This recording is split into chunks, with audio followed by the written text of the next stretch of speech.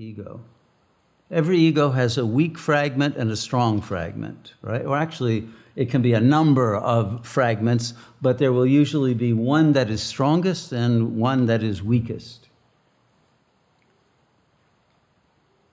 In a healthy ego, the strongest aspect of the ego will take over, and the weak will serve the strong and gradually become stronger and be able to grow under the guidance and the aegis of the strong fragment. But in a pathological ego, the strong one is made to serve the weak.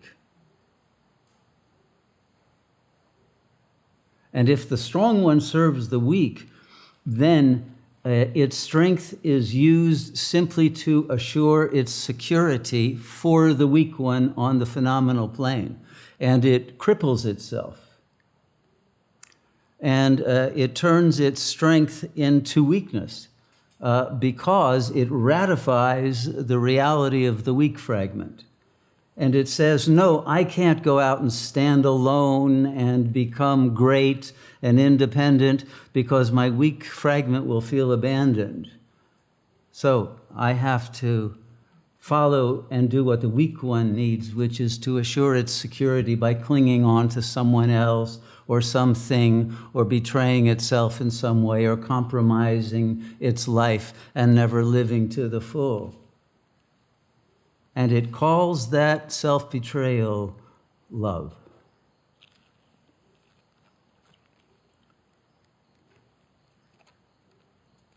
The worldly, and this is number 110, the worldly are like mad dogs. They devour this corpse of a world in their ignorance and will tear apart anyone who suggests otherwise. So this is the chakra 3 ego, devouring, still out of security need, but now the strong one is turned into aggressive and bullying and dominant. And it wants to devour the world, but not in the way that Zorba meant it, but it means to devour it in the sense of consuming all the jouissance possible, and to rape nature, and to do whatever is needed to become successful in worldly terms while selling its soul to the devil.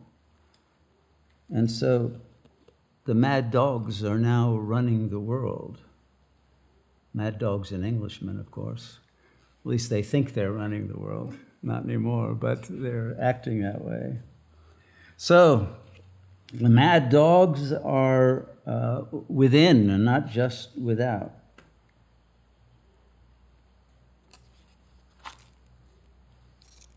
Now here's an interesting one, which is kind of like the water treatment on steroids. Number 118, the story. Sheikh Abu Sa'id of Mena, the Sultan of the Path, was asked by a bystander to intercede and save from the constable's wrath a man who, while being beaten severely, was pleading to be spared and took God's name repeatedly. "How can I oblige, friend?" said the saint. But only now and thus is he reminded of God. All right? Okay, so here is a saint, right? The compassionate bodhisattva saying, no, I'm not going to intercede in the guys being beaten up. Why?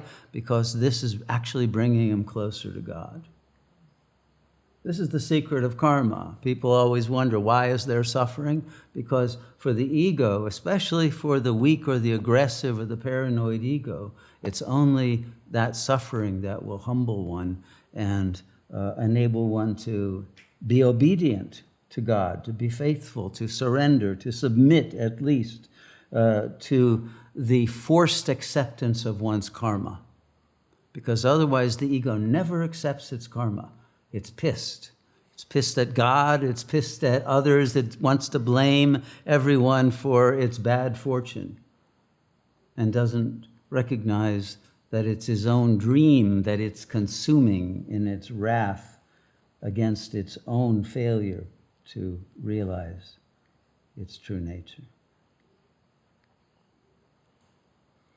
120. I'm afraid of sinking in this ocean, so I busy myself with trinkets on the shore, fattening my ego, starving my soul. So that's what the ego tends to do, and it calls it spirituality. Instead of going through ego death, it'll learn hatha yoga, or it'll read scriptures, or it'll do something else that enables the ego to survive and the weak one to be coddled by others, and to get some weekend seminar diploma that allows it to call itself a Reiki master, or some other kind of shingle that it can put out and claim to be somebody in the spiritual realm. But it has only gotten a few trinkets, and it has failed to commit itself to the deep ocean of consciousness, and never knows what's below the surface of its own crust of fear, really, of fear of the void, because the ocean is the abyss, the emptiness in which there is nothing to hold on to. And it's that we don't want. I want a formula. I want a practice. I want a regimen. I want to know what I should do. I want to know who I should follow. I want to know, all of the landmarks of my phenomenal existence. I want certainty. But if you want the real, you must settle for indeterminacy. But the ego is terrified of that. And it's terrified of letting go of its belief that it knows, when it knows deeply that it doesn't know anything.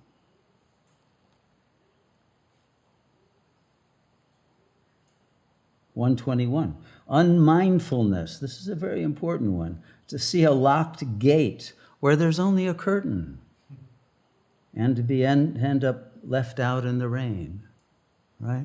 You tend to assume, the ego tends to assume that it's being rejected by a teacher if it is corrected, and that it's being locked out, when in fact it's being offered a curtain through which it can let go of that which had failed to recognize its true divine royalty, and pass through that gate by accepting humbly the need to let go of its false master's discourse.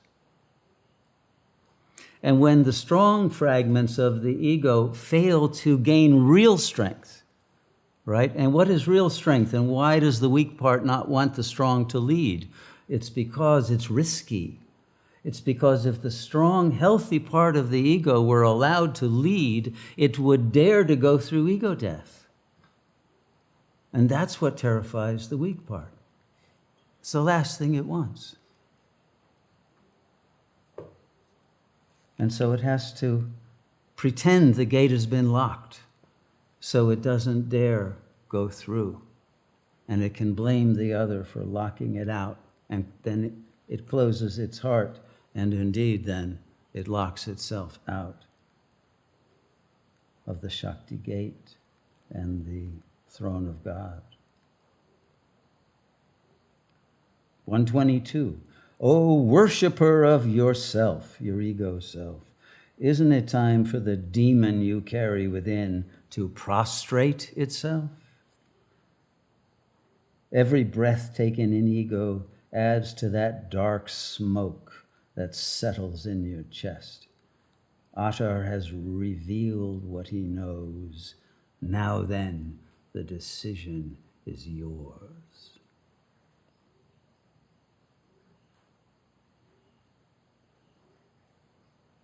It's a decision that few can take, given the psychological internal conflicts that prevent self-sovereignty that is required to make such a decision.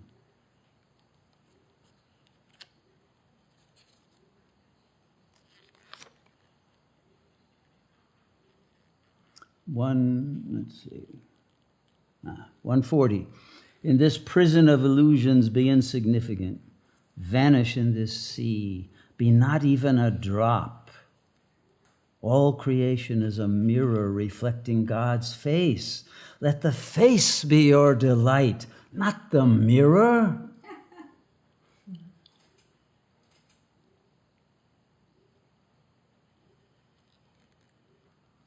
So there mustn't be even a drop that remains separate from the sea.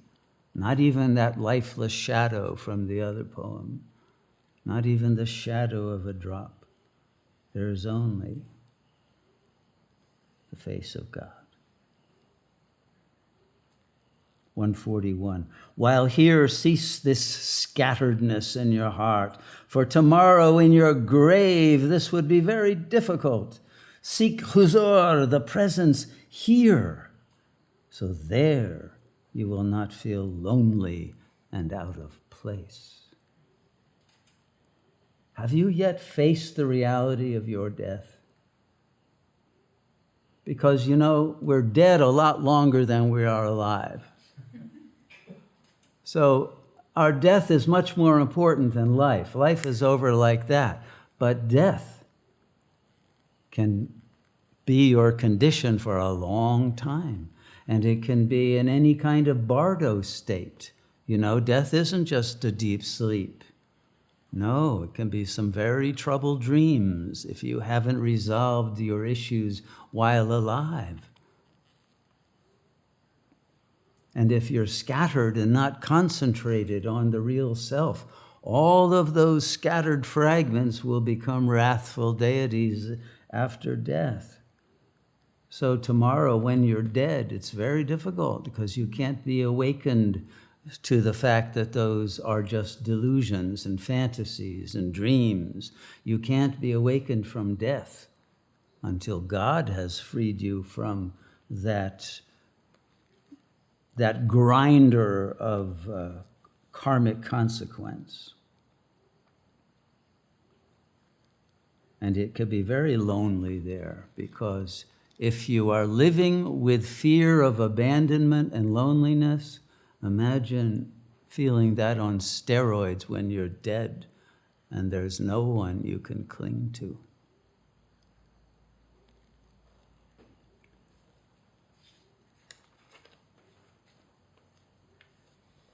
Keep your secret a secret, 142, for your enemy is hiding in your shirt. Attar was not revealed this secret till he became his own enemy.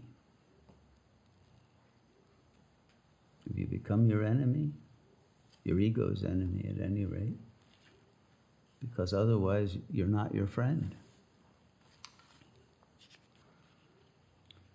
145, silence is to refuse to entertain that which is not the beloved.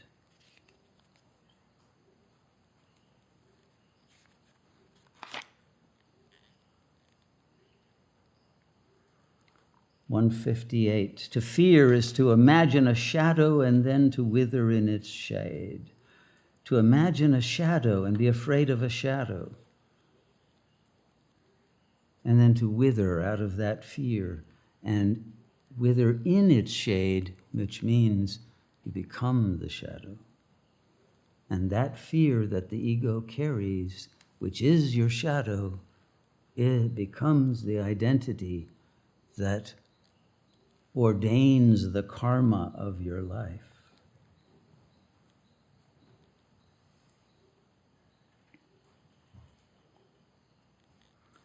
(159). This is another octave. The breeze of dawn blows every particle of dust to ecstasy. Whoever received a robe of honor received it at this hour. Rise early and let your longing sigh, for nothing brings a human more joy, or may elevate one as high. So he's saying, come to 4 a.m. meditation That's the time, and it is the time. That's why in India it's called Brahma Muhurat, or Amrit Vela, the time of the nectar, the time when Brahman comes and descends upon your consciousness and gives you ecstasy. But even those who come to meditation often fall asleep. They don't go into ecstasy because they don't recognize fully that it is the time to receive the robe of honor, the robe of glory, it's called in the Christian tradition. And you receive that robe by total surrender to God. 160, to have joy is to die to everything that will die tomorrow. Live only for the eternal, not for the temporal, because you'll be left empty-handed and in desolation when you lose it, because it's destined all to be lost, everything that you hold on to in this plane. And most egos turn their strongest fragment into a scavenger to hold on to whatever they can get, to hoard it, to dominate, to manipulate, to become con artists, to try to control the situations of the phenomenal plane, not to surrender to the real. And so they create more karma and less joy.